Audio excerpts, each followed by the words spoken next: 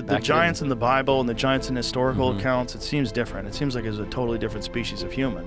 And again, if we just found this guy recently that's 1 million years old, and now we know. So forever they were saying that human beings, I mean, the timeline used to be Homo sapiens emerged 50,000 years ago, and then they moved it to 150, then they moved it to 250, 300, as they find more information.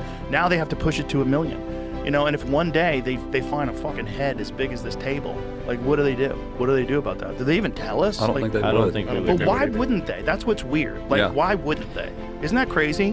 But we all agree. We all agree that if they did find a giant, they probably wouldn't tell us. Yeah. Like, but Not until they did their own, figured it out for themselves or tested on what they want. know if they want people to know, but I don't know why they wouldn't want people to know. Like, why am I convinced that they would hide that? Well, if there is Antichrist on his way, and his goal, he already knows he lost. So his goal at this point is just to destroy as much as possible, get as many souls as possible. And finding stuff like that would prove the Bible more true will turn more people to Christianity or to God, the one true God. Then I could see where if there is like some type of spiritual force that is in somewhat control, then I could see that's the only way I can make sense of it. Is like, why cover up progress? Why not tell people the truth? If somebody knows God, it is freeing in a lot of way, and you realize that no government is above you or no man is above you. God is above you, and you serve God.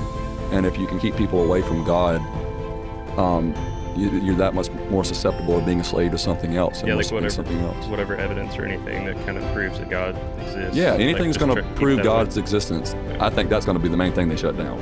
Right. Like the Shroud of Turin is an excellent example. Yeah, that one's an interesting wild. one. That's a weird one, man. That's a weird one. There's a lot of people that go out of their way to try to disprove it, but when you get into the dating of the cloth, so it used to be they were saying that it was only a few hundred years old, but now they're saying that the way the cloth is made, the cloth is made that's exactly consistent with the time that Jesus was alive, and that more tests need to be done to find out the exact age of it.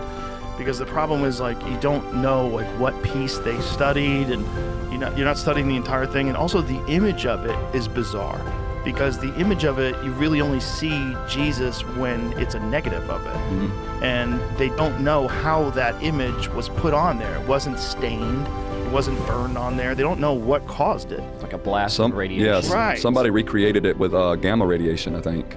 But the only problem, so it would just be, it would need to be an extreme source of light to do that. But the only problem is that would have vaporized, the heat from the light would have vaporized it realistically. So they're wondering, well, if light did do it, how was there no heat? Right. So if Christ did raise and pass through it, there's also X-ray images in the Shroud, apparently.